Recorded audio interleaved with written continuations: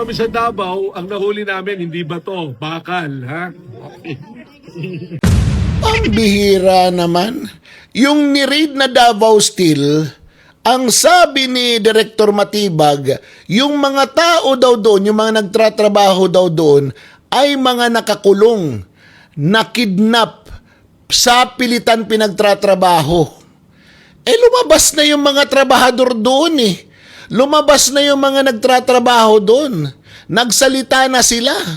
Hindi daw totoo yung sinasabi ni Director Matibag. Malaya daw sila. Ano yan, Director Matibag? Napakasalbahe mo naman kung totoo yung sinasabi ng mga nagtatrabaho doon. Kasi ngayon wala na silang trabaho. Dahil nga ni-raid ninyo. Pambihira ka naman. Ang basis mo, yung mga tao ay sa pilitan pinagtatrabaho. Hindi totoo.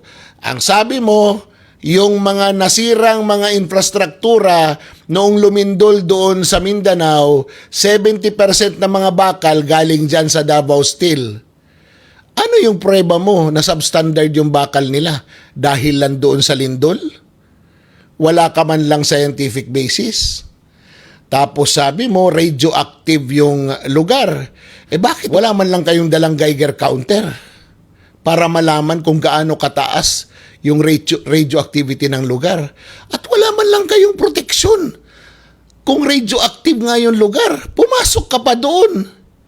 Ginagawa mo naman tanga yung mga Pilipino. Alam nyo, ito yung drawback dito eh. Hindi mag-iimbestiga ang Senado dyan. Hindi rin mag-iimbestiga ang House of Representatives dyan. Dahil siga itong si Matibag eh. Napakasiga nito ngayon. Sa totoo lang, alam nyo, sa ginagawa niyang ito, siya siguro yung tinatawag na muscle ng administrasyon ngayon para i-intimidate, takutin at patahimikin yung mga taong tumutulig sa administrasyon na ito. Nakakalungkot. Ibang klase, no? Lumindol sa Sarangani, nakita na may mga bumagsak na building dahil sa lindol, tapos tiningnan yung bakal. Nung makita yung bakal na galing sa Davao, abay ni-raid ito.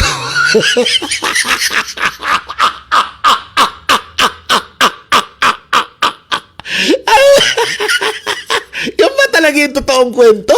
Ha? O, di ba?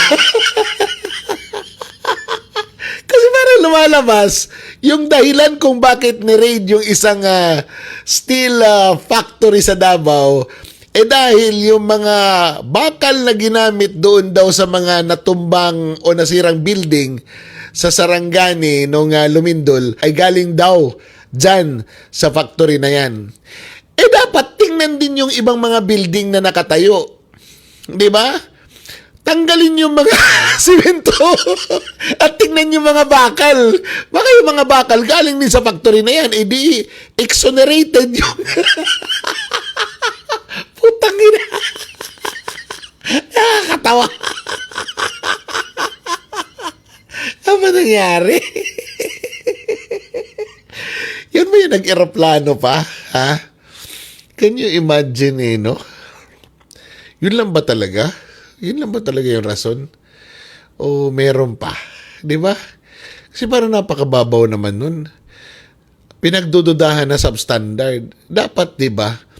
Hindi yung proof yung nasira na mga building. Ang proof dapat, scientific yung basis. Upon examination, upon ano, di ba? Ganun dapat, hindi yung